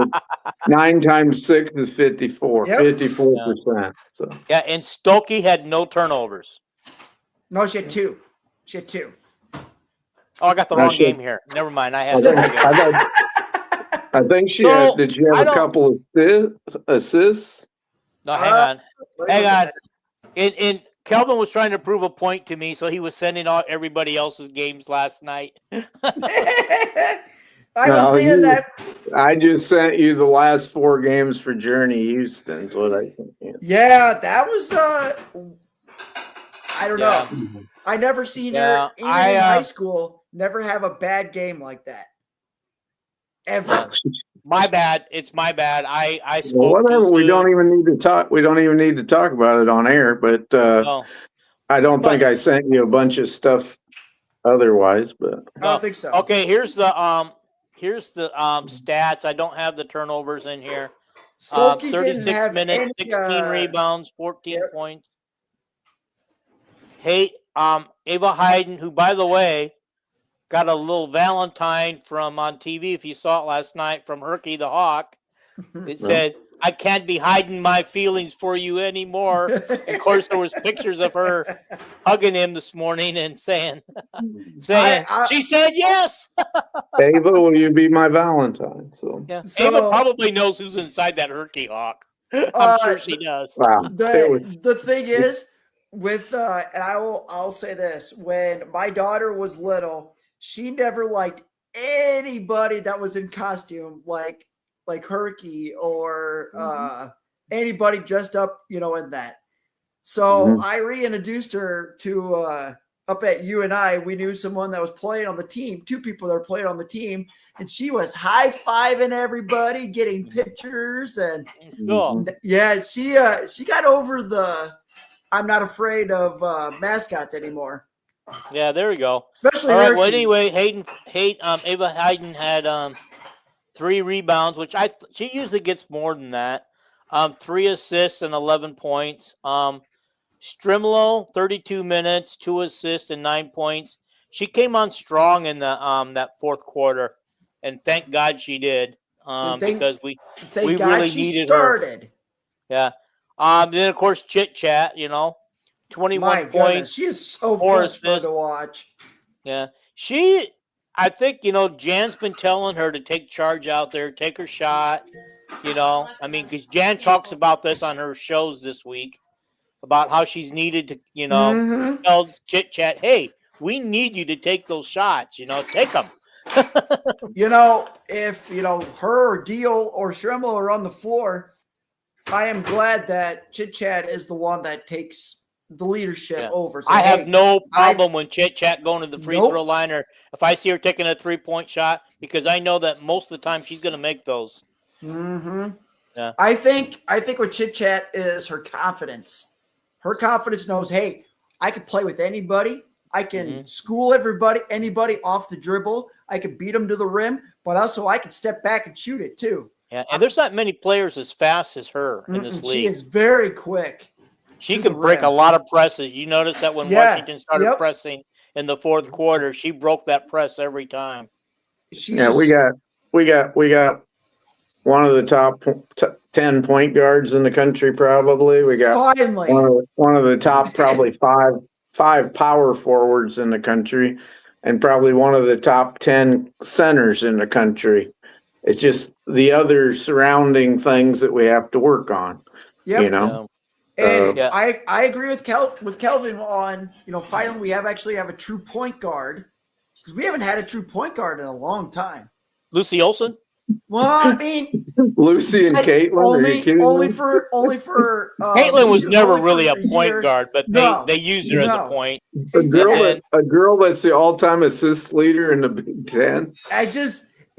But you guys know what I mean. Like someone that actually can take charge out there, knows what she's doing, knows when to pass it, knows when to shoot it. Okay. But you guys noticed that Iowa's fortune in Caitlin's senior year turned around about the 5th or 6th game of the season when they brought Molly Davis in to start as a point guard, and they ran Caitlin as the off guard. But Caitlin still handled the ball a lot. Yeah, I mean, she did bring the ball up a lot, but I get that. But it's just Caitlin was more okay. I'll do it. I'll bring it up. Fine, whatever. Just so we can break the press, get into our offensive flow. It's like Sturts don't bring the ball up, maybe not even half the time. But he's still our point. He's still our point guard. Yeah, he's still our point guard. I get that with Caitlin, and we had Lucy Olson, but like Chit Chat's like, all right, guys, I'll do it. I got it. Let me take care of it. By the way, guys, almost you guys see possession. That down in the Australian League where she's playing right now? She won the 6th Man of the Year award. Or 6th person off the bench, or whatever you want to call her. She don't mess around. Same award that Hannah Stolke won as a freshman at Iowa in the Big Ten. So. Yep. I forgot Hannah didn't start her freshman year, did she? Nope. No, like I told you, if you check her minute, go on, I don't know if it's ESPN or whatever, when you click on the career stats, you can check how many minutes per game she's averaged in her career, and it's 22. And a game's 40 minutes long. Her freshman year, she averaged like 10 minutes a game and still averaged like 6 rebounds a game. She was like Journey Houston. Journey Houston. Journey Houston analytically, if you put her statistics out for the season, she has the best statistics of anybody on the team. Better than Chit Chat, better than Ava, better than Hannah, better than anybody. Yeah. But she only averages like 10 minutes a game. Right. Okay, so all right, let's finish this real quick. Feuerbach, only 5 points in 36 minutes, but we know that she's the senior leader, so we put up with that. She's the senior leader and can play defense, and sometimes she will also distribute the ball and everything. So, it's like Molly Davis probably never averaged 6.5 points a game ever at Iowa. No. But Molly Davis was a very, very valuable player. She was, very valuable. How small she was, but man, could she pass? Now the next person on the list is Layla Hayes. 3 minutes, 1 point, no other stuff. I like to know, because we used her quite a bit, and she was averaging about 12 points a game through non-conference season. What happened to her? Is she just not up to Big Ten caliber competition, and she's only good against non-conference? I don't know. She's probably just hit a wall as a freshman, like a lot of freshmen do, and Jan's using her experience as a post coach to know how many minutes she could play. I don't know. She does scare. I'll be honest, she does scare me when she's in the game, but that's okay. She has to get minutes to get better. Well, she didn't scare you very long last night. Nope, she's only in there for 3 minutes. She didn't hardly play. So I agree with what Dean said, because if you think about it, sometimes when she gets the ball in the block, she has no idea what to do with it. And they come with a double team, and then she travels with it, or she throws it away. I think it's her inconsistency. I know she's not getting that much minutes, which is understandable. That's fine. But when you're in there, you got to know what to do when you get the ball. Yeah. I was just kind of hoping In by any now. situation. I was kind of hoping by now she was starting to develop a little bit better. Right. You know, that we would see some flashes that we get excited about with her. But remember last year at this time, Ava Hayden was completely lost. yep. Mhm. She'd play 10 minutes and have 4 fouls and wasn't doing anything. She was like our third post. Yeah. You know, we had Yep, I Hannah noticed starting that. with O'Grady behind her. And then about the time the last 1 or 2 games of the season and into the Big Ten tournament, all of a sudden, wow, she's scoring 20 points a game. Yeah. So I'm hoping that Layla can do this too. I'm really pulling for her to get it figured out and stuff, and I think she will. You know, I think they got a good one in her, and yeah. you know, I hope we don't have to wait till next year to see what she can do. No. Then there's Addie Deal, 14 minutes, 1 assist, 4 points. Now she had a great run, but it seemed like ever since we went on that 3-game losing streak, that we've not gotten much out of her at all. And I don't know if she's pressing too hard or what. She started out last night, and it seemed to me like she made her first 2 shots, and then I think she missed the next 6. Yep, because she was 2 for 8 or something like that. She still looks like she thinks she's playing against high school kids. You know what I mean? She sure has a pretty shot. I'm sure Jan is telling her, just keep shooting, they'll go in. Exactly. You know? And I agree. I agree too. Let her again. Keep her coming off. I don't like her starting. I posted on Facebook today. I put up highlights of the Hawkeyes playing for the women, and I posted on there, Iowa just beat a ranked team by 9 points, and then I put, quit complaining. There you go. I did see that. There you go. Car this morning. Washington was a really good team. We got gold darn lucky. We got gold darn lucky because Jan said before the game in her news conference during the week, she said she listed the 3 players for Washington. She said one's hitting 46% of her 3-pointers, one's hitting 42% of her 3-pointers, and the other one's hitting 36%. Those, if you combine them, is over 40%. And them girls did not hit their 3-pointers. We were lucky. Yeah, I listened. Or we played great defense. Yeah. The girls after the game chit chat, and Hannah said the whole week was about our practice defense. Was about defense, and I think it showed. Yeah, 100%. So. I couldn't see the game last night, but nobody was doing it on YouTube for you. No, I couldn't see it, but I can see the stats and see what the players are saying. I listened to it. You know, and I watched the play-by-play on ESPN. You know, turnover. Washington at the start of the game was turnover, and Washington was a team that didn't turn the ball over all year hardly, and I think they had 9 turnovers in the first half. Yeah, if you go to YouTube though, you can listen to the play-by-play from the radio broadcast. Yep, I like that. I know. I can go to Iowa Athletics and listen to Rob Brooks, who does a great job, but I don't want really to. Good. Yeah. Okay. You know, but that's my take, that we must have played great defense because them girls could not hit a 3-pointer. Yeah. And then of course, Journey Houston didn't score last night in 14 minutes, but she did have 2 rebounds, which I believe he said. Kelvin reminded me that she got them right there toward the end of the game. So probably during that run to seal the win. Yeah, 2 rebounds ain't bad in a limited number of minutes. It wasn't her regular, and she only took 2 shots and missed them. But here's somebody said Hannah hit a 15-footer. Is that true? I don't know. She did. Okay. Yeah. She did. By the way, guys, Minnesota is leading with 8 minutes to go in the 4th quarter, is leading Nebraska 65-52. Wait, what is Calvin? Right now it's 69-63 with 4 minutes to go. I'm watching it. Minnesota was ahead by Minnesota was ahead by 20 points, and Yeah, they're at trying to give halftime. it away. Yeah. Oh my So- gosh! Why is my game tracker so behind? And a That's why- Minnesota girl was just falling down flat on the floor from 10 feet away, and she just threw the ball up in the air. She was And it scored almost it. laying on the ground, and it went in. So Minnesota's ahead by 8 now. Here's So. the thing with that. I remember SportsCenter had a number one play with that.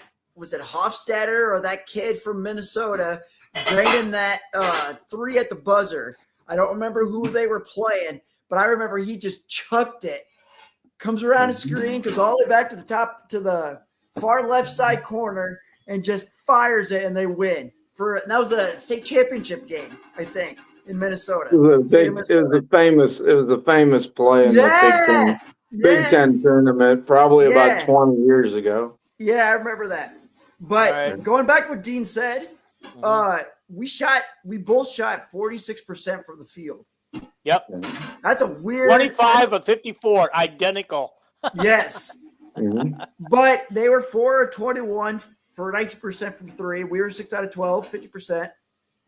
Free throws, they made all of theirs, 2 for 2. We were 50%, 6 out of 12. Okay, wait a minute. Do you realize that they didn't even get those 2 free throws until the fourth quarter? Yeah, that was. I said it. I said at halftime they have 0 free throws. Gross. That's crazy. Who would have? That is, I mean, how often do we get something like that in our favor that big? But it's like both games last night. The key was Iowa man couldn't hit a 3-pointer for the last 13 minutes, so we lose a close game. Minnesota, did you say they were 4 out of 21? Yeah, Washington was 4 out of 21. Washington was 4 out of 21. Yeah, I'm good at math. That's like under 20%. It's 19. Yeah, 19%. Yeah, that is nuts. Yeah, that is crazy. And they were a good 3-point shooting team. Mm-hmm. Again, it can happen on any given night. Yeah. So I'm sure that 100% free throw percentage they had last night's going to really make their stats look good. Here's the thing. Iowa women had 9 turnovers, and I agree with what Calvin said earlier. Washington had 9. 18. What? Would you say? 18. Yeah, 19 turnovers, and Calvin said 9 in the first half. You're not going to win a ball game by turning the ball over 9 times in a half. And I remember when we went over Washington.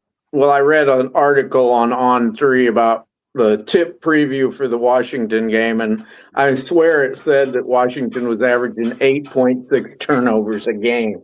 And I thought, holy shit. And then they hit 3-pointers, and I thought, boy, this could be a tough game, you know.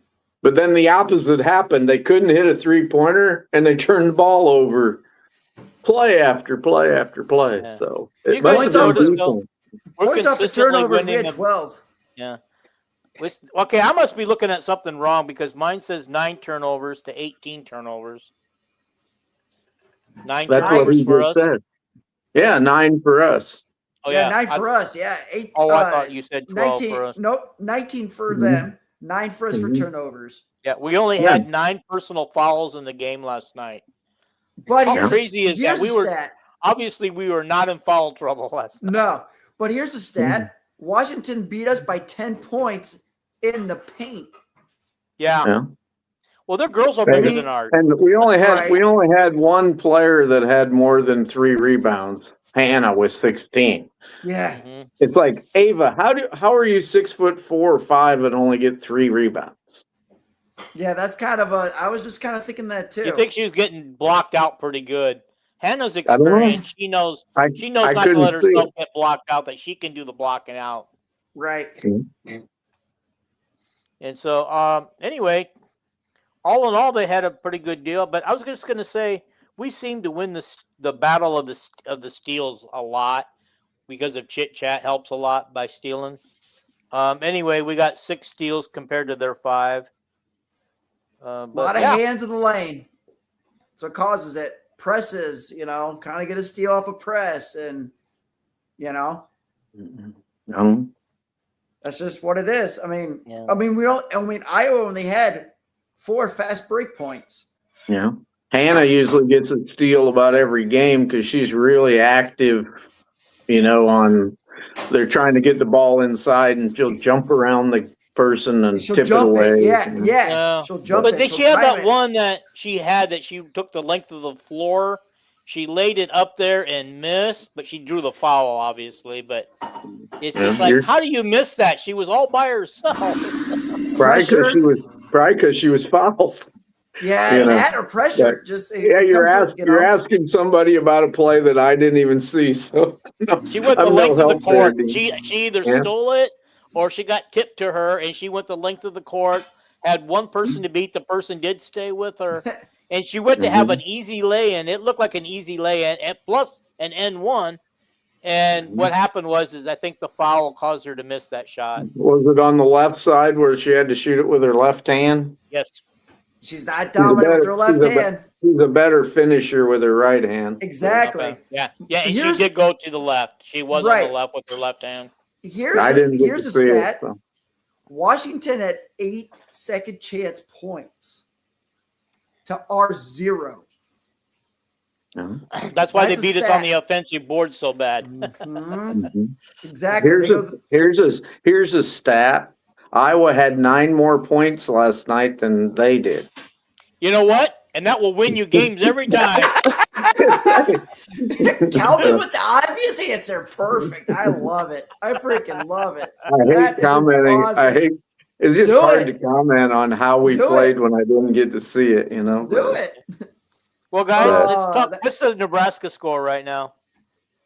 Let Calvin say it. 80-67 with a minute to go. Minnesota's going to win it. All right. They're ahead by 13 with a minute to go. I do not like Nebraska coming in on a losing though. Well, Nebraska's only won. Their record in the Big Ten is like 6, and after tonight's probably like 6-10 or something. I got it right here. Let me tell you what their record is right now. 5-8. 5-8 in the Big Ten. So it'll be 5. So they'll be 5-9. So they'll be 5-9. Yeah. Okay. So can you guys believe what's happened to that team since the beginning of the year? They looked like they were going to be just like the men, very dominant. Yeah, who would have fucked Nebraska coming out that strong and for men? I think the thing about Nebraska and then the University of Indiana, both their teams, is they played absolutely nobody in the non-conference. So they were both like undefeated in non-conference, except Indiana played one team and got buried. And Indiana's about the worst team in the Big Ten. And I feel bad for DeVries trying to, coming in there, and. Well, I'm talking about the women. Oh, women. Okay, I'm talking about the men. Yeah, we're talking about the women. Okay. Yeah. Who would have fucked? And isn't it a couple of those women from Indiana? Didn't they transfer too? They left Indiana. Yeah. One of them went to somewhere we played them already this year in the Big Ten. Yep. I think it was Oregon. That's what I was just gonna say. Wasn't it Oregon or something? I don't know, but I don't know why they would leave their school when their school with them there could have been a lot better. Money. Now Indiana's almost in last place. Mm-hmm. Indiana's either money or they don't like the coach or something. But bingo. Yeah. Well, guys, I kind of looking at this. We got 5 remaining games. Only 1 game is against somebody who's above us in the standings.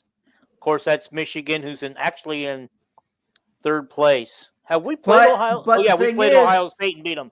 But that game is at home. That Michigan game is at home. Yeah. But that Ohio State, they've only, how bad we beat them, and they've only lost 2 games this year in the Big Ten. Is that amazing or what? I don't know that they've played a tremendous schedule. Non-conference. Well, I don't know that they've played as tough a schedule in conference as we have. Yeah. With 18 teams, the schedules aren't even like they used to be. No, not at all. Iowa's in 4th place at 10-3. We play Illinois 7-7. Nebraska 5-8, soon to be 5-9. Wisconsin, who's already 5-9, and Purdue at 3-10 to finish out the season. Honestly, The only loss I see there is Michigan. And so I was thinking that we'd only win 2 or 3, but when I went back and looked at it, yeah. Iowa doesn't have to be afraid of any team in the Big Ten except UCLA. By the way, Illinois beat Wisconsin last night by about 40, 50 points. Yeah, Guyton scored like 26 points. She was I wish she was with Iowa. My goodness. How many points did she score?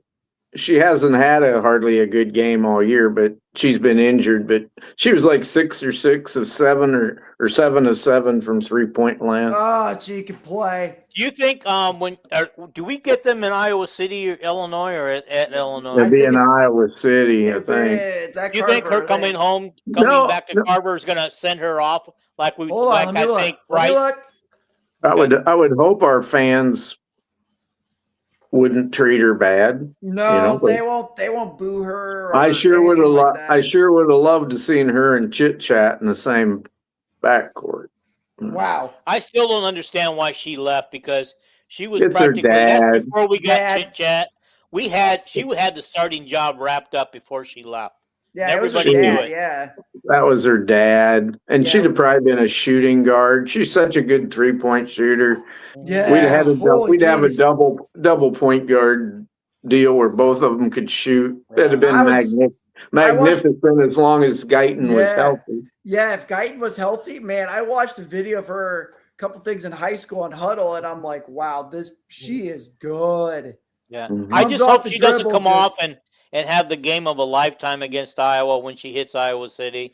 Well, it depends on who's going to guard her. Yeah, and Chit Chat will guard her probably. Well, they got. She really ain't their point guard, so they got a guard that's smaller than her. But yeah, I like their coach. I like Illinois' coach. She knows what she's doing. Yeah, but the one thing too I like is that most of these girls have faced Guyton in practice before. When they played in their little scrimmages and stuff, they know what she can do. I think that they can. She's good. They should be able to guard her well. Mm-hmm. Unless she's learned some new tricks. Yeah, like I said, I hope the crowd receives her back warmly, because that was all about her dad. That was all about her dad. Yep, 100%. And why her dad wanted her out of there, we'll never know. I guess he thought his daughter was worth a lot more money than what Iowa was willing to pay. I think he wanted to coach the team. Mm-hmm. He was on Corey Breda one night, and it was like he started talking about how she should be used, and he says, "Well, I better shut up." And I thought, "Yeah, you better shut your damn mouth." I didn't see that. You're just a damn parent. Just his mouth. Parents that just let coaches coach and shut up, the world will be a better place. The old saying goes that the coaches coach, like the players Tell me play. about it, guys. In my coaching days, I had a few parents. I had one try to fight me and take me out behind the when I was coaching softball. Tried to take me out behind the shed. I've seen it on TV. I've seen it on video on YouTube and stuff. There's fights everywhere when it has to come to a parent or a coach, and they go at it. Yeah, and then here the thing is his daughter played first base for me, and she started, and she was one of the top batters on the team. So I don't know what he was mad about. To this day, I couldn't tell you why he was so angry. Dang. I don't either. All right. Well, okay, so let's just take a quick look at Nebraska. I had it here. But it's also an 11 a.m. game because of President's Day. So earlier tip. We won't have a podcast before that game. Which one? I'll be working. Unless we do Sunday. We won't have a podcast like Sunday night, like normal. Well, I thought the game was on Sunday. It's on Monday. It's on Monday at 11 a.m. Oh, okay. Well, then we'll wait. We'll wait. And we've been on almost 2 hours, Dean. Yeah, I think it's time to call it good, don't you? This is like Kelvin's usually ready to go as long as it takes, but guys, he's not feeling the best today, and I want to give him kudos for hanging out with us for 2 hours tonight and making it through. Hey, Calvin's a trooper. He's a trooper. He is a trooper. No problem.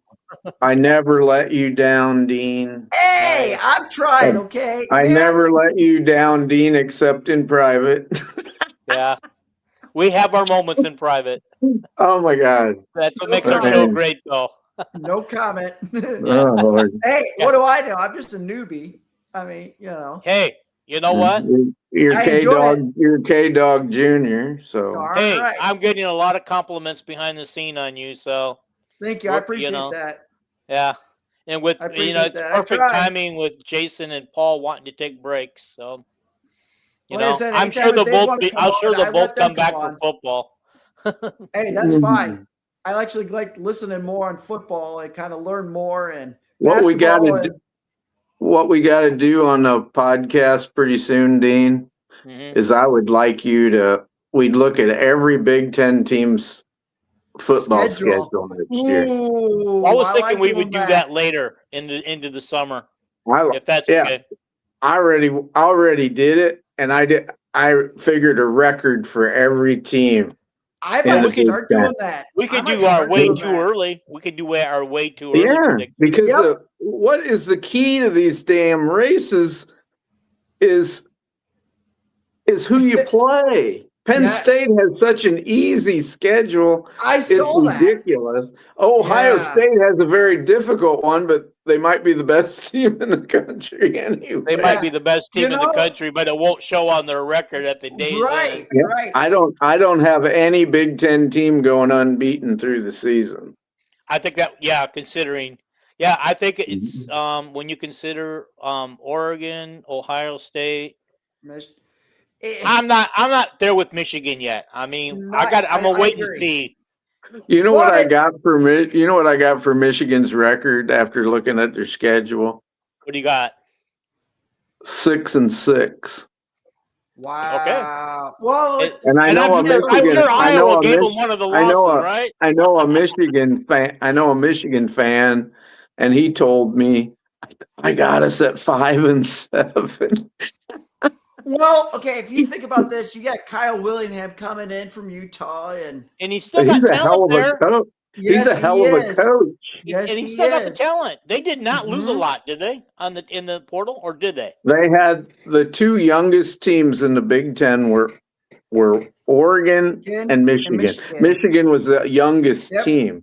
They should be very good. The problem is that everybody's got their quarterback like way overrated just because he was the best high school quarterback. You know, he didn't put up these great numbers for Michigan.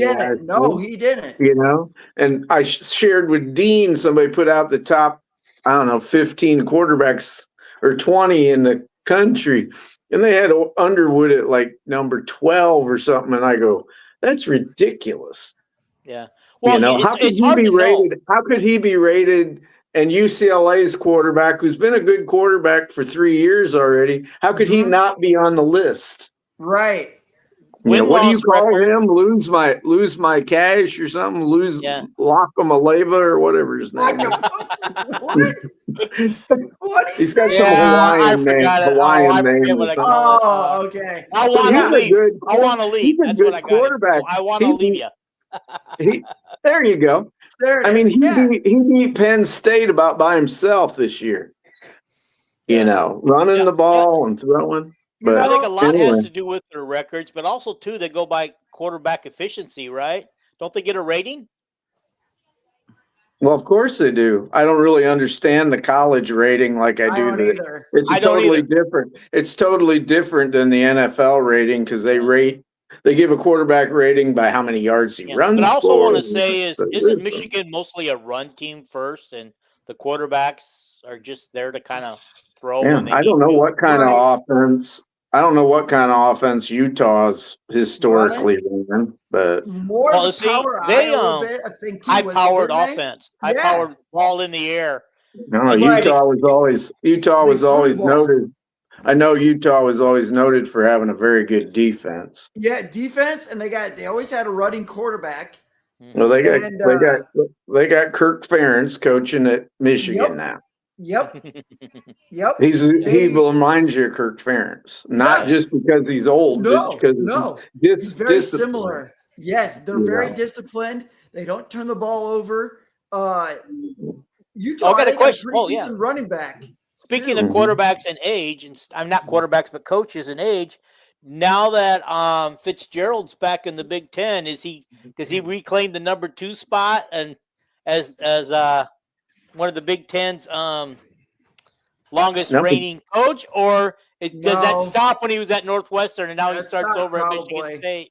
Well, or does he'd be starting a 10-year over with. Yes, yep. But he'd be I have them going 6-6. That was my next Michigan question. State? He answered it. Yeah.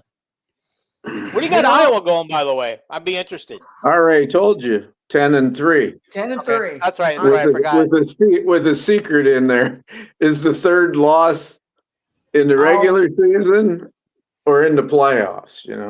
Which I don't even know I don't even know the answer to that. I just thought are they gonna go to 9-3 and win a bowl game, or are they gonna go 10-2 and lose in the first round of the playoffs? Which if you're 10-2 with Iowa's schedule and go to the playoffs, you're not going to play, James Madison in the playoffs. No, you're probably gonna go play LSU with Lane Kiffin or. So here's the deal. All righty. Kirk always gets screwed. He always plays a team that's rated above him in bowl games, and that's because of where they finish and where the SEC teams finish. So that's right. And that's how it is. And unfortunately, and people have said that the reason why Minnesota's got a long winning bull streak is because they're actually placed against teams they can actually beat every time. Yeah, they go play Memphis or somebody. Yeah, because of where they finish. Kirk gets screwed in bowl games, and I still think he's 11. I think he's 11-11 or 11-12, something like that. Yeah. Right around the 500 mark. You're right. I might have some homework to do, as what Kelvin did with all the records. Predict. I'm going to do that too. I'm going to get it out and do it too. It's very easily. All you got to do is Google Big Ten schedule 2027. 2026. And this big graph will pop up, and all you gotta do is tap on it, and you can make it bigger and see every team. It's like that Matt Campbell. He played in a crappy JUCO conference, and now he's playing the easiest schedule in the Big Ten. It's like talk about a with his Iowa State players. 20-some Iowa State players followed him to Penn State, and a bunch of Penn State talent. So I want to count Penn State out. They got an easy record. They're going to probably go 10-2. I got them 9-3, and I was on a podcast tonight. It was what is it called? Locked On Big Ten podcast, and the question was Michigan, Oregon, and Penn State. What's the chances for each one to win the Big Ten title this year? And I put in there Penn State has the easiest effing schedule in the Big Ten. And Trent Condon commented, "You are exactly right." And then I said, if they lose 3 games, Campbell should be fired. There's no way Franklin would lose. There's no way Franklin wouldn't go. He would go. With that schedule, he'd have went 11-1. But they got rid of him. We'll see what happens. All right, I got my homework to do. All righty, we got homework to do. All righty, guys. Thank you for watching tonight. We appreciate your comments and stuff. We appreciate you watching. Again, hit the subscribe button. It's really important. You guys are really doing a good job of hitting that subscribe button. I noticed that we're climbing up towards 700 now. I like Calvin's reminder to do it. Yeah. It's just like it wasn't that long. I have a break tomorrow. Yeah, and I was just going to say, it wasn't that long ago, a month or so ago, I was begging to get over 600, and now we're on our way to 700. So let's keep doing it, guys. Let's keep them, hit the like button. That like button's so important, guys. You have no idea. We got young K-Dog Jr. on now, so things are booming. All the All the good-looking young girls are writing fan letters and all that stuff. I got a guy on X and another guy who comes on frequently. Both of them love the show, and both of them are out there sharing it all over the place. I noticed our views are hot once they started sharing the show. I get these messages from people.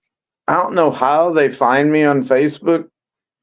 They're not friends or nothing, and they'll send me messages, about this podcast, but whatever. That's good.